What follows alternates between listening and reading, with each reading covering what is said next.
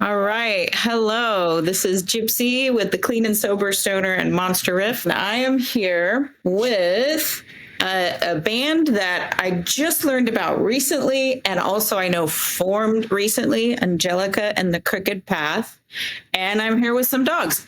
So, and so are they. So it's very exciting. So I am thrilled about this. I often end up getting a lot of bands sent to me through the Doom charts. And this one did not come through that way, as far as I know. I was linked into an email with Scott Spires, and he was really excited about this. So when I listened to the first single, which I think was Lily of the Valley, right? Mm-hmm. He had written in the email, oh, Gypsy's going to want to do an interview. He didn't even have to think about it. And he was very, very right.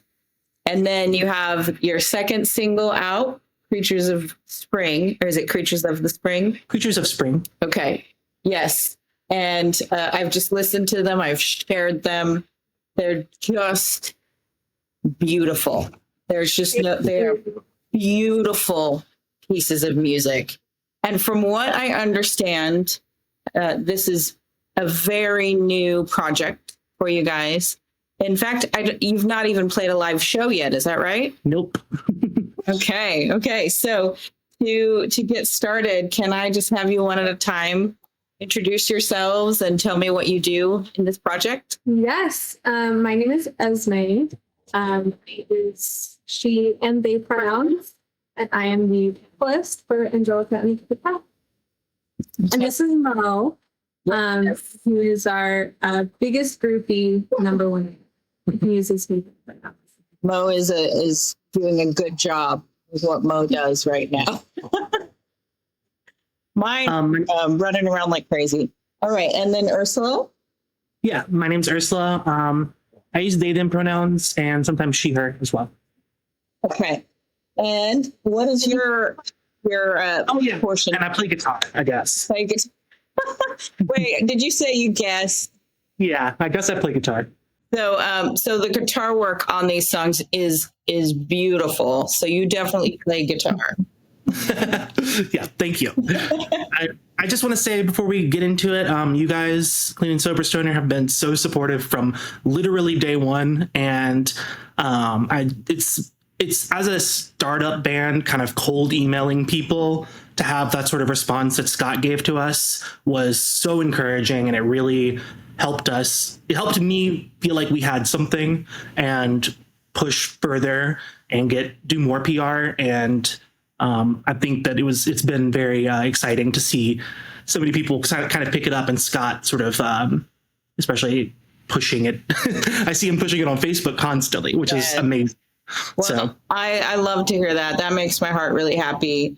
Scott is such a champion for the underground movement, and when he loves something, it. And that energy that he puts out there is why I contacted him in the first place and got going with this. So yeah, it's really exciting. I've had such a great year of being able to connect with so many bands, and this is just so exciting to be right there when you guys started out. Please, I'd love to hear, how did you guys form? How did you get together on this? Well, I'll let Ursula take this because you were sort of the icing that brought all of these different players together. Yeah.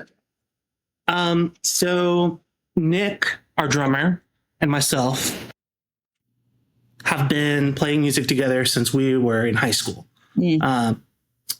And we've always been into heavy stuff, honestly, a lot heavier than what we're currently playing, like grindcore and death metal and stuff like that. So I've known him for a long time.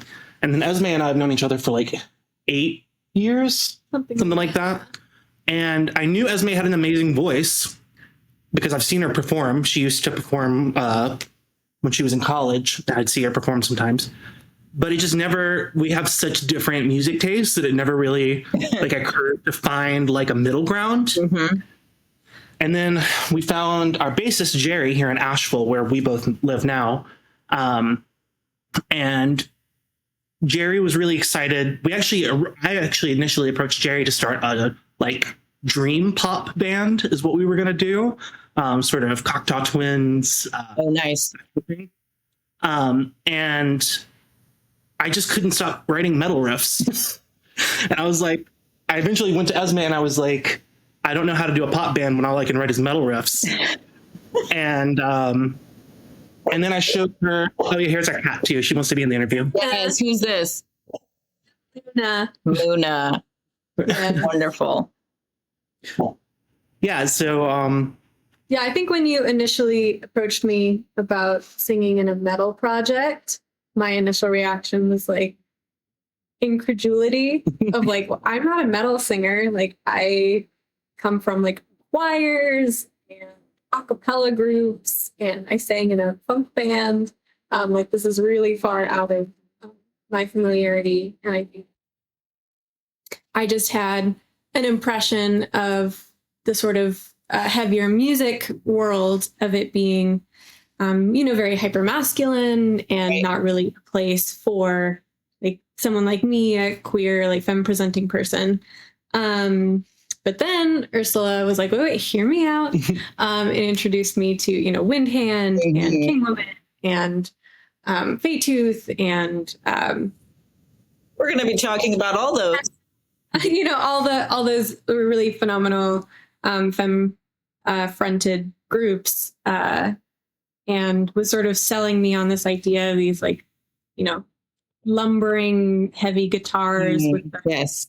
floating vocals on top, and I became really obsessed with like that contrast. So it took maybe one evening of like, wait, let me show you another to get it work. But then I was fully on. I love that. That's something that I've recognized. And actually, I'm involved in a doom metal band, and I have the choir and punk background and all that too. And I love that we have these genres that we're all able to explore, where we can have this heavy, doomy music with all these great breakdowns and all these, really wonderful metal riffs and these beautiful, inviting vocals. I think it's just a great exploration of bringing together so many wonderful elements. I think I was listening to Candlemass. I was listening to Candlemass one night, and it occurred to me that they were playing doom riffs with like a soprano power singer over top. And I was like, wait a second, we could do this. So yes, and you're doing it well. You mentioned Windhand, you mentioned Faytooth. Faytooth is on my list of bands to talk about with you. I really am glad you guys brought that up. I feel like the genre that they, and some would argue, but the genre that I feel that they really birthed is fairy doom. And you guys are talking about being called bloom metal. I think they live in the same space. When I've introduced your songs to other people, I like to, among my friends and family, I like to get their feedback. And we were listening in the car yesterday, and a friend of mine said, the vocals on here are so pretty. They remind me of The Last Dinner Party. And the other one was Lydia Ainsworth. So these are just groups with just beautiful, stunning, really haunting vocals. And that's what we hear on this work. So the background, you talked about choir, you talked about punk. Have you guys said you're separately doing projects? Were you guys in a position where it was like, okay, I don't have anything that's really the focus right now, and you came together with this? Or did you all kind of set things aside that were your focus before? So I would say besides Nick, who's been a very active musician and is involved in several projects ongoing, the rest of us had sort of taken a step back from music for a while. I think combination of like COVID and life and work, and we were all really missing it. And I think definitely Ursula and I had commiserated for years over missing music being a huge part of our lives. So this is really, I mean, the first time either of us have really thrown ourselves into music. I mean, for me, since college, for Ursula, since longer than that. Longer. Since my last real band, which was in like 2012. So like 10 years. Wow, you guys. Big step back from music to focus on other things. And there was really, I think, always that piece missing. So it's been really great to get together. And I think Jerry, similar story. So I think it's been really special to get together with a group of people who are maybe like a little rustier on the edges at first, but really like rediscovering that love and passion that's been a little bit dormant for the past, however many years.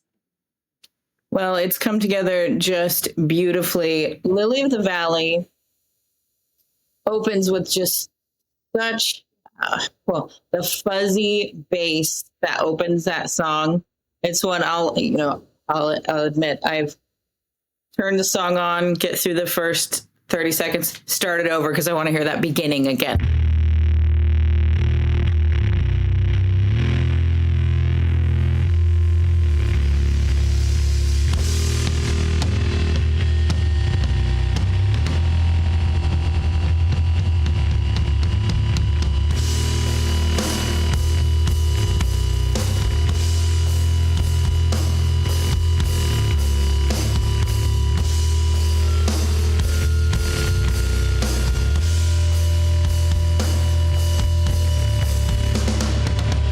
That it immediately pulls you down into a new world. And then the vocal intro on that, I have to ask you about that. The vocal intro on Lily of the Valley is very unique. You come in at a point that doesn't feel intuitive, but certainly does not feel jarring.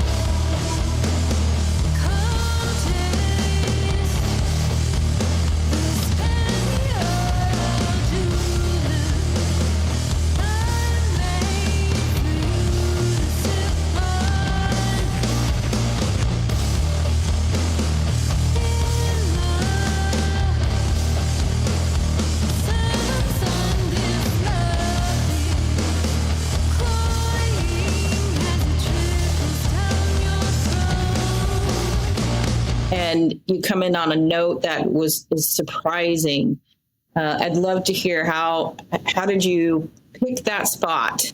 Or did you even think about it? Did it just happen? Well, let me think. So I think that the sort of main riff of Lily is one of the first Doom riffs that you showed the rest of the band that we became really excited about. Mm-hmm. And it was always clear that one was going to be a little bit more like, I guess, straightforward, catchy. Mm-hmm. I think some like pop influence probably from my end. And at the same time, I was toying with just some fun, like, I love a good murder ballad. Yeah. Just fun murder ballad lyrics. I think if there was a vision board for this song, it would be like The Love Witch, the movie, We're Here in the South, where there's a grand tradition of murder ballad and women's revenge music, a Goodbye Earl by the Chicks. Yeah. So I was just sort of like riffing on those vibes. And then Ursula and I came together to sit down and work on sort of connecting the lyrics that I'd written with music.